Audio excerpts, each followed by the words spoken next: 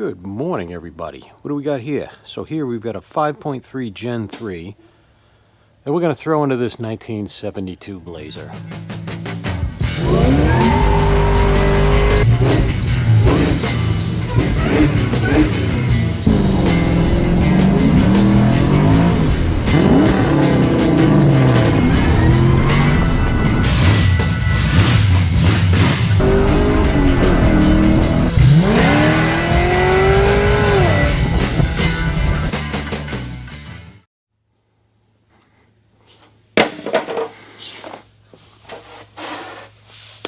Alright, I'm going to interrupt the video here, or I might put this at the beginning of it, I'm not sure yet, but we're going to talk about Kyle Loftus and the impact he had on pretty much everything automotive. If you haven't heard by now, Kyle is no longer with us. If it wasn't for Kyle, we wouldn't have Cletus McFarland, we wouldn't have Cooper, we wouldn't have That Dude in Blue, we wouldn't have Beater Bomb, we wouldn't have Street Outlaws. We wouldn't really have the automotive culture that we have now, because I'll be honest with you, I think their first videos came out in 2002, 2003. I've heard rumblings of as early as 1999 the company was formed, 1320. I graduated high school in 1994. I'm an old man. I feel like I was watching their videos all the way back then. It's crazy, but they've been around literally forever. Kyle built up something from nothing, and from everything I'm seeing online of tributes and people talking about him, he had the platform to build himself up, and instead lifted anyone and everyone else up. You guys have probably heard a million times before, Cletus has talked about how when he worked for 1320 and the Cletus thing, that one viral video that made him go viral. And Kyle gave him his blessing and said, yeah, go for it. You need any help? I'll help you with it. And now Cletus's channel has more subscribers than 1320, which is insane. I also didn't know that the Ice Cream Cruise is the only event that they host. They go to everybody else's events, but the only one they host is the Ice Cream Cruise, and Kyle made it so that is a 100% charitable event. Guy was a stand-up guy, and I don't even want to imagine where drag racing, because I mean you can't deny that his coverage of it all has helped escalate it to where it is now, because otherwise it would be tiny still and wouldn't be anything cool, really. He is the true definition of a pioneer, and without him, all these, like, that I'm personally subscribed to, all these car channels and racing and modification channels and all that stuff that I'm subscribed to, they wouldn't be there, because a lot of them are all offshoots of Kyle building them up to the right people and showing them to the right people and telling them, hey, you should go watch this guy. He's pretty cool. He's, you know, you've seen it a million times when he's out wherever he is at whatever drag race he's at, and he comes up and talks to somebody, and, oh, you guys got social media, you got a YouTube, we'll plug it for you. It's just cool. Not going to get into the speculation of what happened, because they're being very tight-lipped about it.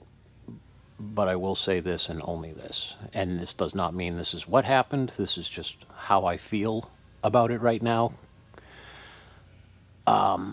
With the wording that a lot of the YouTube, his close friends, are putting out, the edited status on the 1320 Facebook that's going around, and the fact that it's all been very tight-lipped about the circumstances, I have had friends who have taken themselves, and this is eerily similar to that.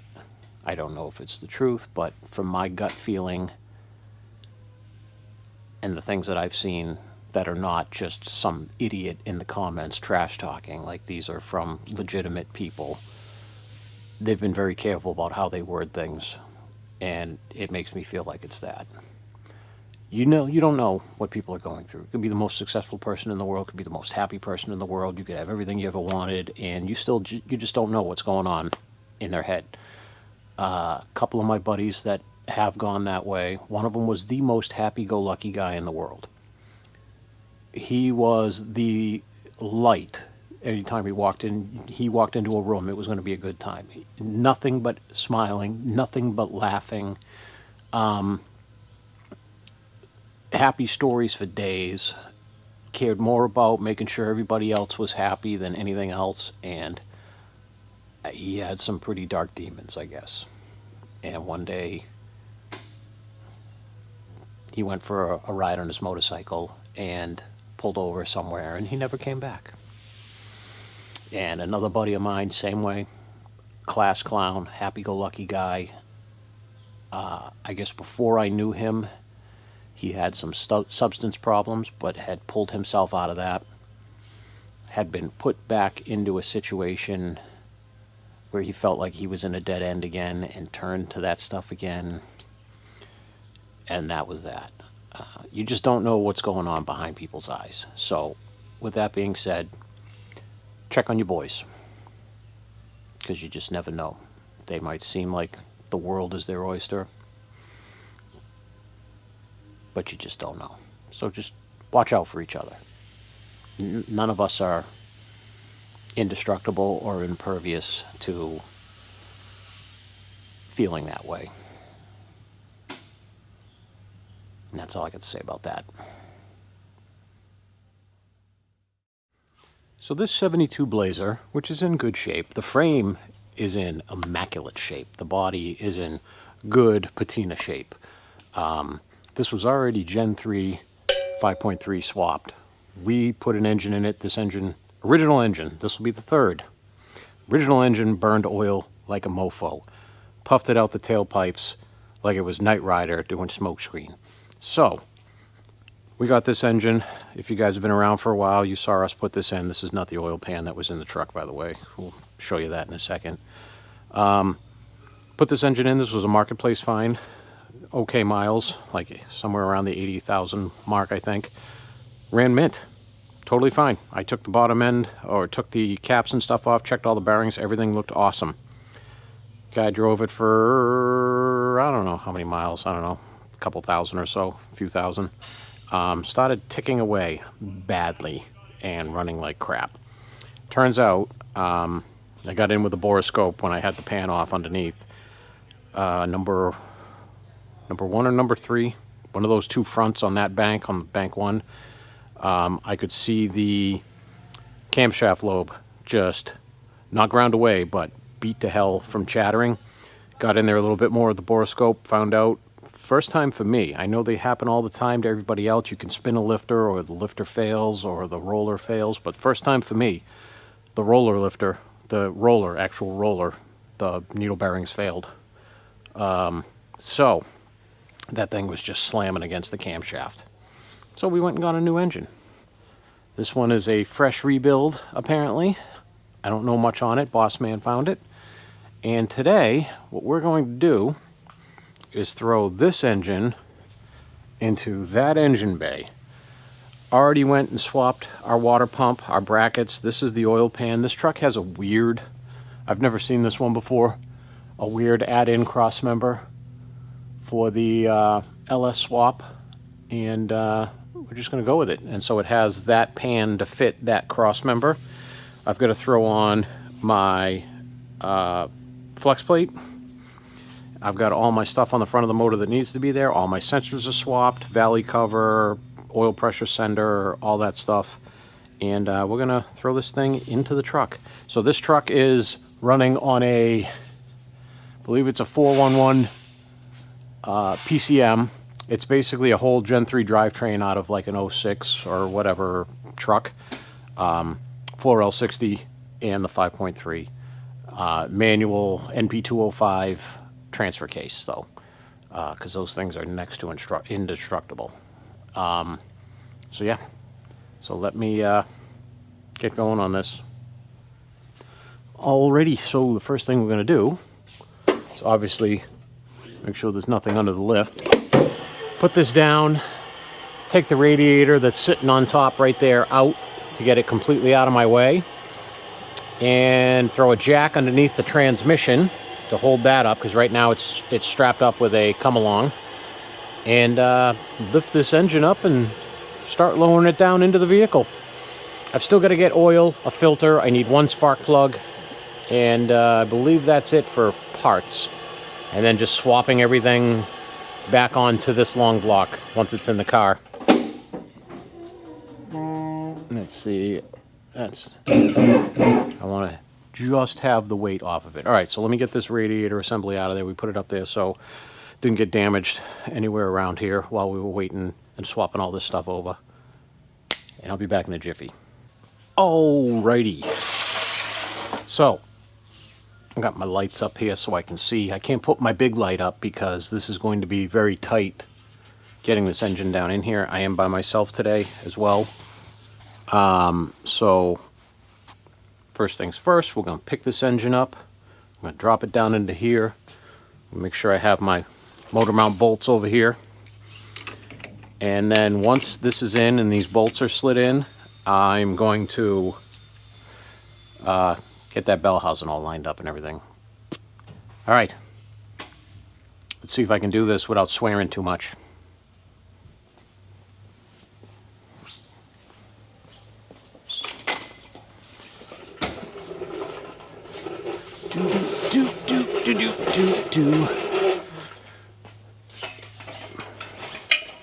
All right, here goes 15 minutes of pumping up this engine crane.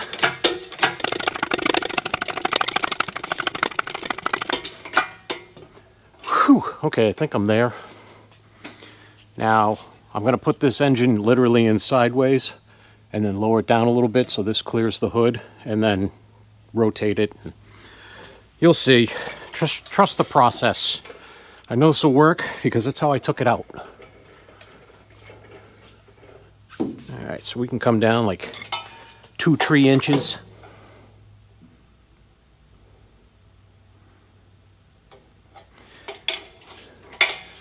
Alrighty, actually we might be able to just go straight back. Yep, now I can come down another 2, 3, 4 inches. Also why I took the radiator out, so I have that little bit of room.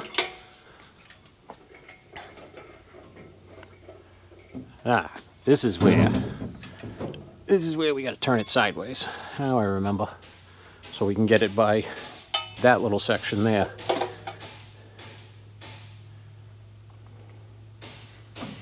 Okay. Well, so far uneventful. I actually got to, there we go, turn that way.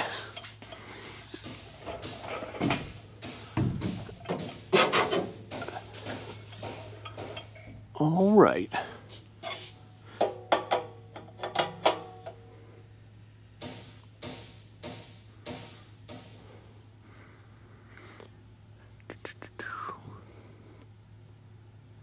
Well, that, there won't be any oops, I failed and dropped my engine into my engine bay video here.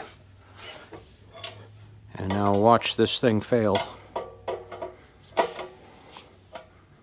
Whoa, a little faster than I wanted there. All right, let's make sure I'm not hooking on any of my harnesses or anything back there. Nope. Should be able to go straight down, straight back, and in.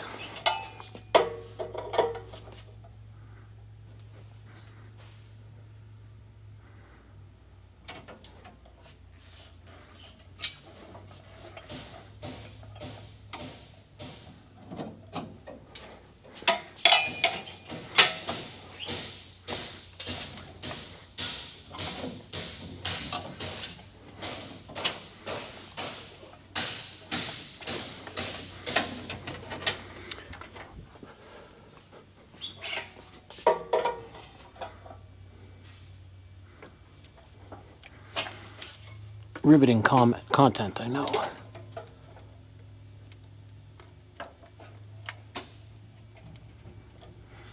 All right, so my mounts, here we go, are on there. I'm gonna put my big head in the way right now. Yeah, it doesn't look like anything's hitting. All right, let's move the camera over. Give you guys a little bit better look. How's this thing extend? Give me 1 second here, trying to figure out my own camera gear. There we go. Let's get this thing in. So basically, you just got to make sure your cups on your engine mounts are there. Then I'm going to slide that down. And if my, what did I do with, oh, there it is. If my bell housing dowel pins don't line up immediately, I'm okay with that, because I'm going to get underneath of it with 2 pump jacks and lift the engine and the trans like this until they pop back in together.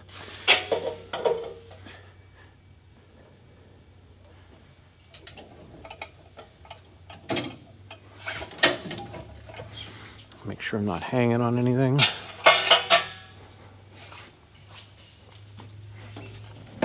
No, we are good. Okay. So I just need to get this down far enough that I can get these engine mount bolts in.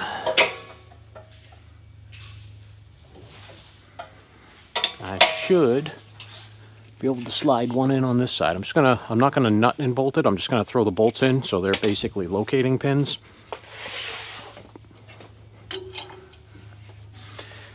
And I'll be dipped. I went too low. There we go.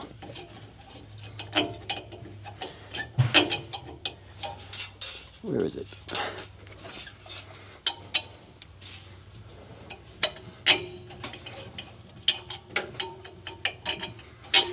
I actually cannot find the hole. That's what she said. Oh, I gotta go lower.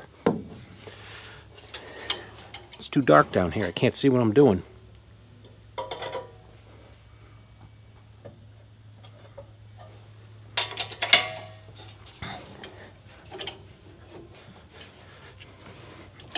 There we go.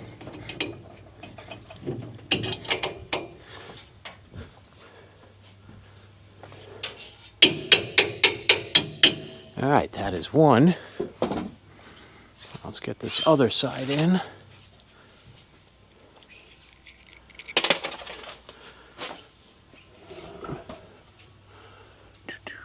I think I see it.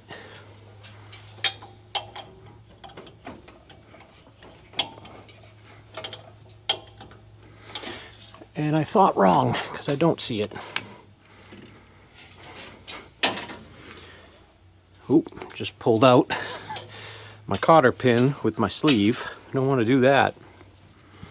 Where is that one?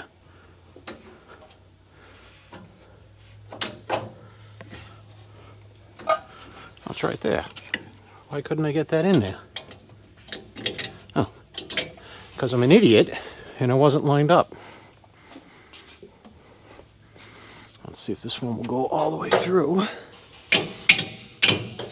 Oh, need to do some moving. All right, so I got the front of that one in. I'm going to get the back in, and then I'll bring it back when we're up in the air and we got to line up the dowel pins and stuff. All right, real time, guys. So I popped my head under here real quick, and when this was down on the lift, the jack was under the transmission to hold it up, otherwise it would fall down. So say we were like this. This is the engine mating surface. This is the trans. And as we jacked it up, they both kind of fell together, and I don't have to do anything with this because the dowels, everything just fell right into place. So my converter is good. I can spin that by fingers, so that means that's, you know, obviously seated all the way back in there, and it's going to pull forward when we tighten it. So what I'm going to do now is I actually am going to put it back up in the air so that I can just make 100% sure, now that this is all seated, that nothing is between the engine and the transmission, like wires or anything. And then I'm going to start bolting this together. Alrighty, so we are good. No wires, no hoses, no nothing to caught back there. This is a super comfortable position, let me tell you. So I'm going to put 2 outside perimeter bell housing bolts in, to hold this whole assembly in. And we are going to install everything in the engine bay first, and then converter, starter, exhaust manifolds to the pipes, all that stuff. So let me put it up, put a couple Bellhausen bolts in, and then we'll put it back down and we'll go to town up here. All right, Bellhausen bolts, the two that I wanted in there are in. And if you guys don't have one of these, go buy yourself one. This one's from Snap-on. I've had this thing probably as long as I've been a mechanic, so 20 plus years. It's a 36-inch long extension. It's half-inch drive on this side, 3/8 on this side. It is the ultimate Bellhausen bolt extension. Let's see, what's the part number on this one for Snap-on? GAX36. And like I said, I've had this one for 20 years. I probably bought it for $100. They're probably like $800 now, but this is one of my most used tools in the box.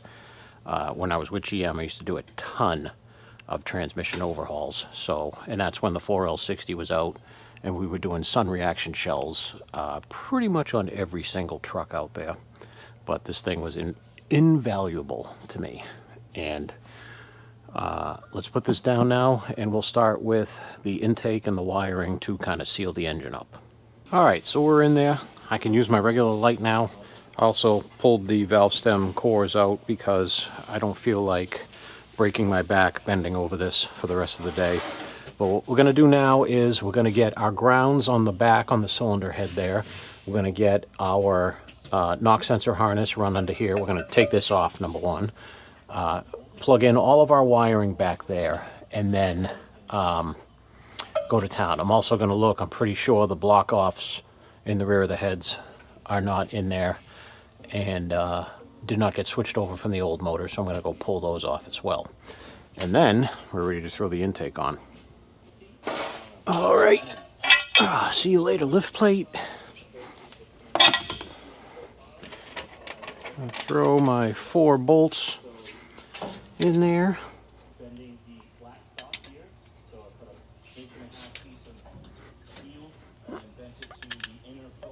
And as I said, we're not making this engine look pretty, we're just making it run.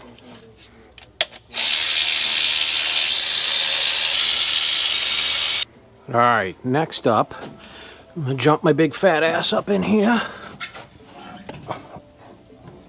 Okay. We are going to hook up camshaft sensor. Come on. Camshaft sensor.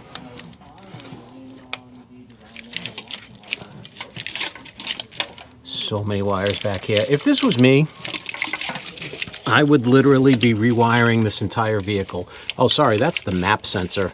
That's why that one doesn't go in there, because I'm a f***ing idiot. This is the camshaft sensor. Oh, hey, pops right in now. And then, that's my injector harness. This will be my knock sensors. If you ever want to know why mechanics are always in pain, the way I'm sitting in here right now is why. Ow, everything hurts.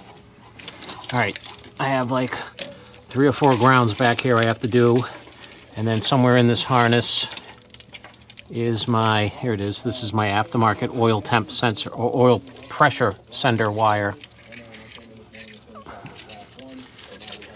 And I gotta find where Bartholomew put the nut for that. All right, sweet, be right back. Alrighty, all of that is taken care of, so I'm gonna grab my intake now. And we're going to throw this thing down on top.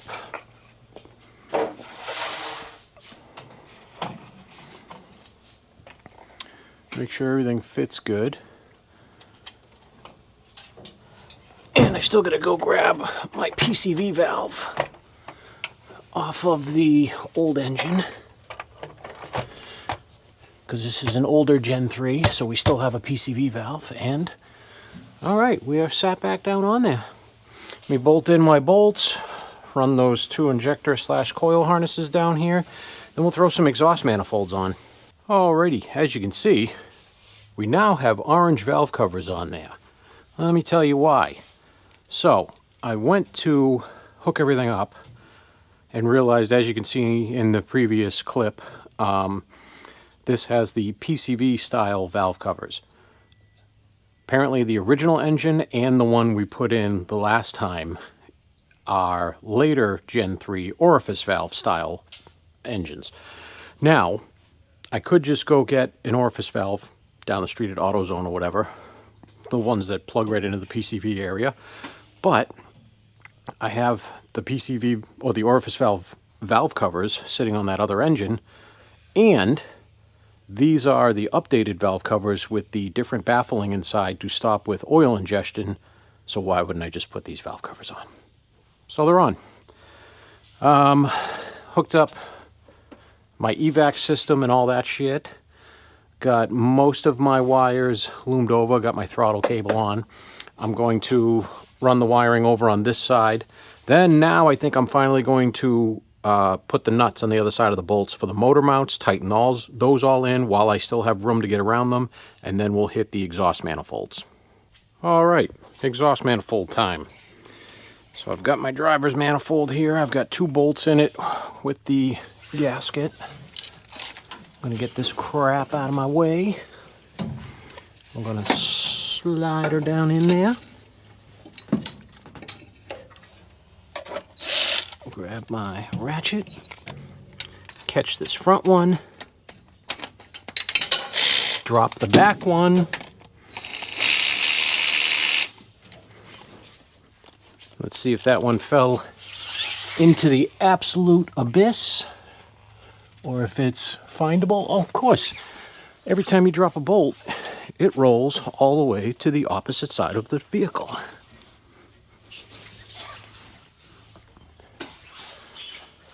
All right, now we will get the rear one in.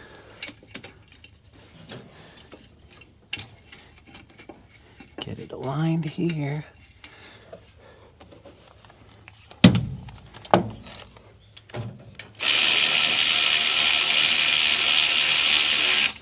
All right, I'm going to put in my remaining 4 bolts and tighten this side down. All right, manifolds are in on both sides. This is where I tell you, don't forget the dipstick, because everybody always does. So, we're going to throw in this big old truck dipstick, and then some spark plugs, and then we'll start on our front accessories. Well, we are looking more and more like an engine with each piece I put on. Imagine that. Waiting for 2 plugs on that side because, where's the other one? So, when this got taken out, I was told, hey, oops, I broke a plug. Which, yeah, no big deal. We'll get you another plug. I go to put the plugs in. Somebody else pulled all the plugs out. Didn't tell me, oh, hey, this one's mangled because of that dead cylinder, because something collided with it. So I'm now waiting for another plug to get here. But while I wait for that, we have time now to put the accessories on. So this is a factory truck accessory bracket, so that's going to bolt on just like it would in any, Christ, 02 to 2013, I think they came in this same bracket, because I got that same bracket, I believe, on my Gen 4 and my 2012. And then this side is actually a custom bracket, because you can't low mount the AC compressor where it normally would go, because you've got this whole big weird cross member and everything in the way. So I'm going to bolt this bracket on this side, that bracket on this side, and then hopefully the plug will be here by then. If it's not, we will put this up in the air and I will connect the exhaust pipes to the manifolds, and we will finish bolting in our bell housing bolts, put in our torque converter bolts, bolt in our starter, and then hook up our wires, put the radiator back in, and shit, we might have this running in about an hour. Alrighty, and with that, accessories are on. Ridiculously long belt is on, and it is lunchtime, so I'm going to take a break, let all my lights recharge, And I'll be back after I have some grub. All right, lunch is over. It was fantastic. Thanks for asking. So like I said, we're going to put this up in the air now and start tackling everything underneath that needs to be done.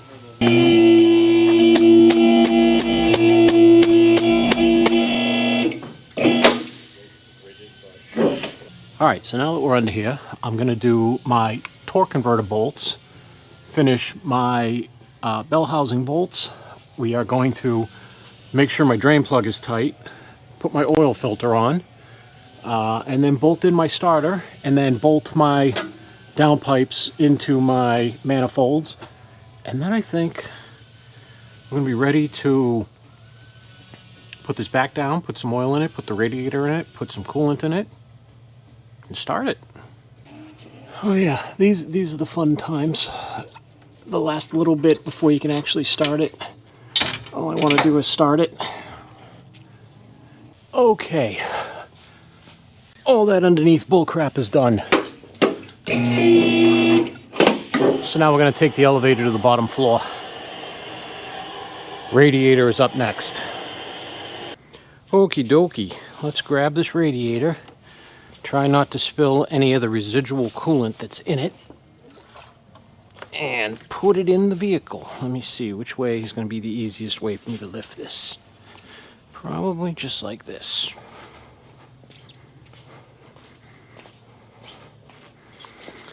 Okay. And I have one ground and one power that I will have to hook back up, plus the transmission lines. Hey, of course, coolant spills.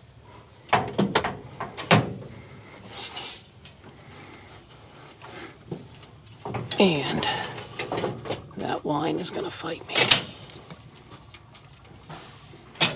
Okay.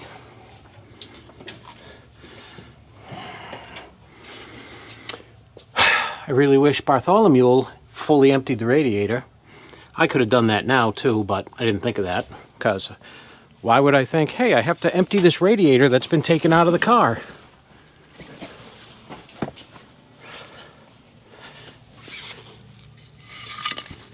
I'm just going to throw some stuff down here. And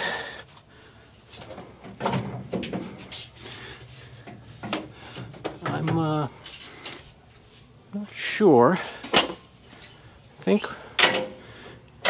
No, we aren't. So this radiator does not fit good in this truck. And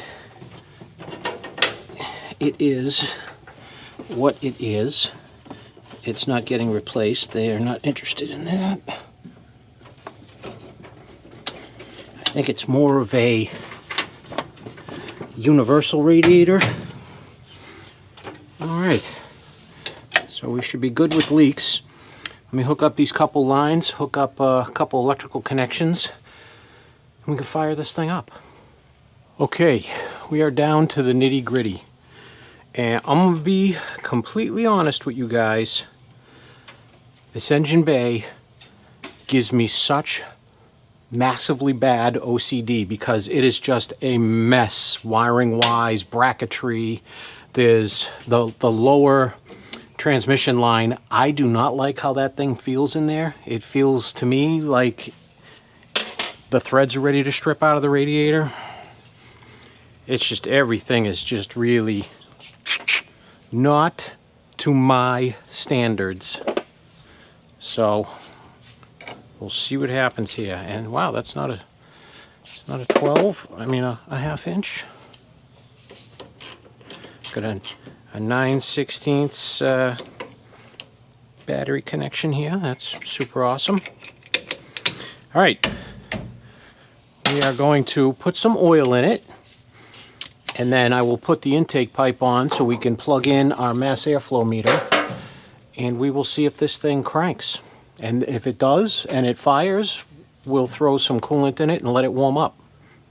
Okay. Let's throw some dinosaur blood in here. I will tell you, this engine was also marketplace, but came from a guy who supposedly has a business rebuilding them. Come on, stupid cap, come off the oil. There we go. I don't know anything about it. I don't know if it's going to make noise. I don't even know if it's going to run.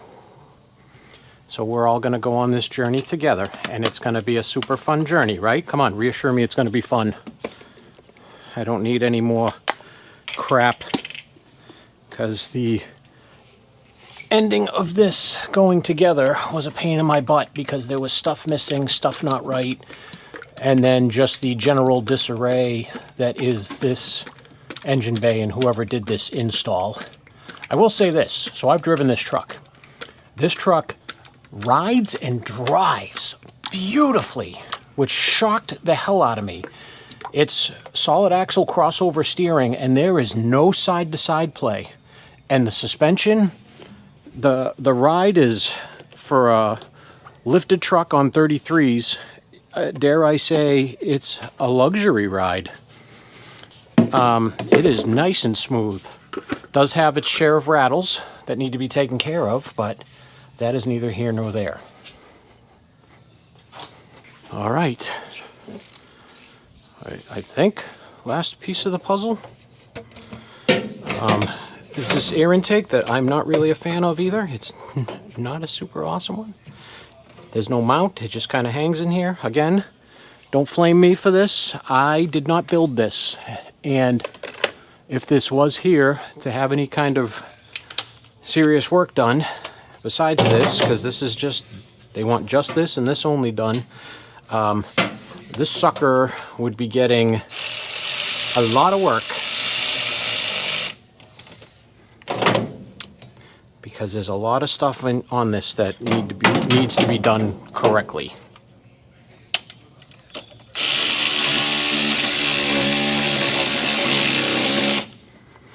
All right.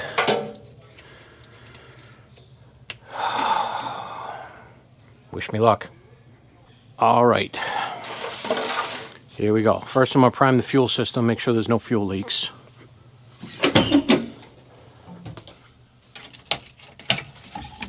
Also going to put it in park.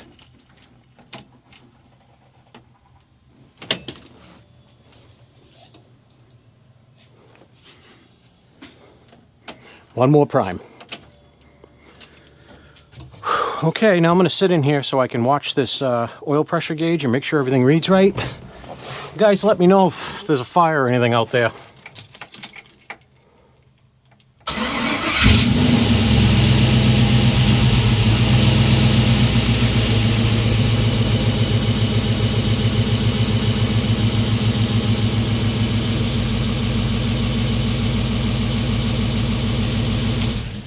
So, she starts and runs. One thing I will tell you is, because I have two aftermarket oil, or whole aftermarket cluster for oil and water temp, those two wires go into the wrong senders because I have water temp right now and I shouldn't, and I have no oil pressure. So let me switch those wires around. Alrighty, so I wanted to verify that, so I verified it by jumping the one that was down on the water to ground, and my oil pressure skyrocketed. And before you flame me for that, I am just installing this engine. One of the other guys took it apart yesterday, and instead of labeling wires or putting them where they go, just kind of shoved them all to one area. And yeah, it's still my fault. I should have checked them beforehand. I'll be right back after I swap those. Okay, take 18. And if my gauges read correctly this time, we're going to put it back up in the air and attach the wires I need for this cooling fan so we can let this thing warm up all the way.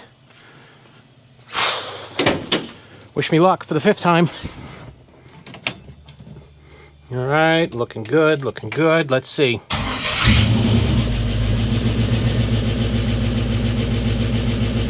There we go. 50 pounds of oil pressure. It's a little loud. It's got to bleed up a little bit, I guess.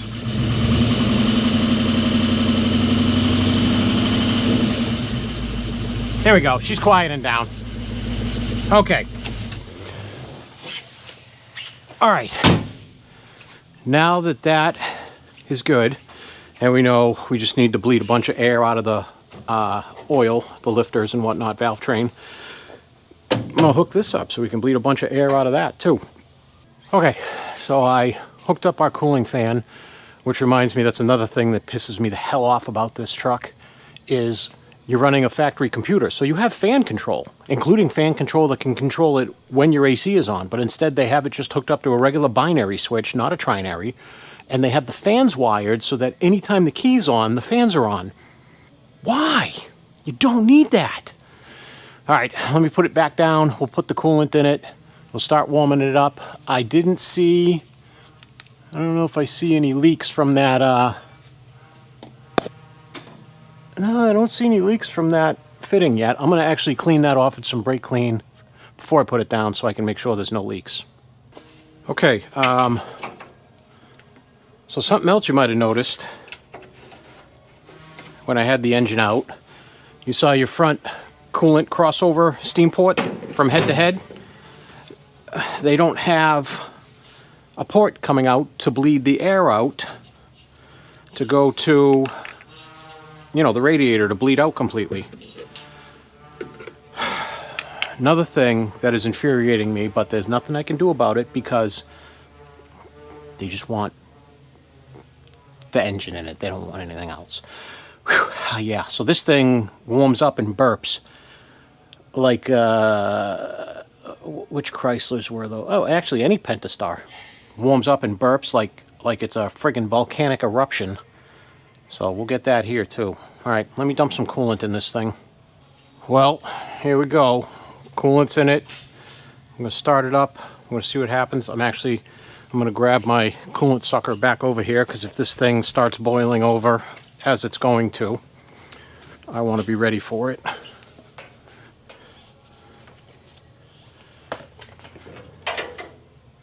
Is that taking it down? Yeah, it's taking it down a little bit. All right, here we go. Once again, make sure I got oil pressure.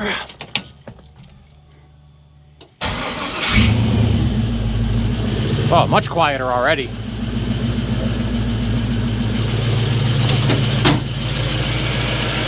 £50 cold.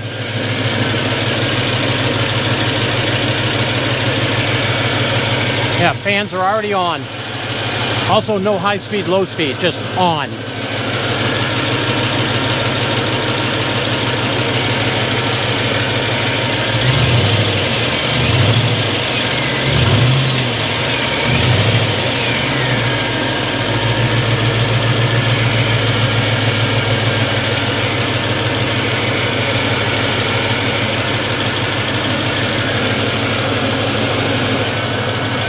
Think I'm good.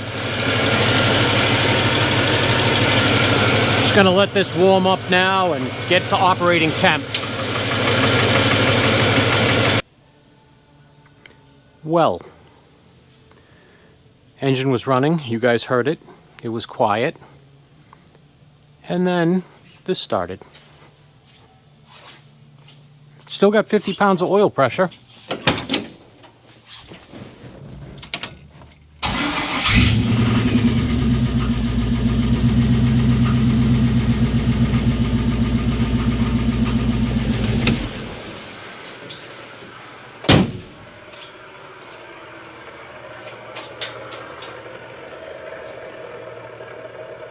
That's also a bad bearing in the cooling fan.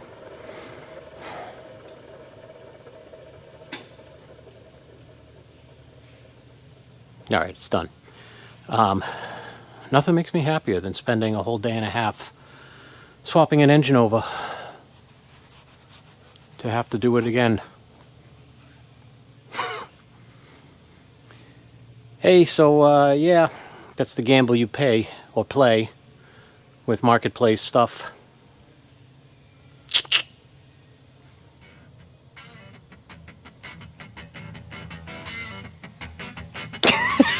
I don't know what to say. I'll talk to you guys later. We'll figure something out with this.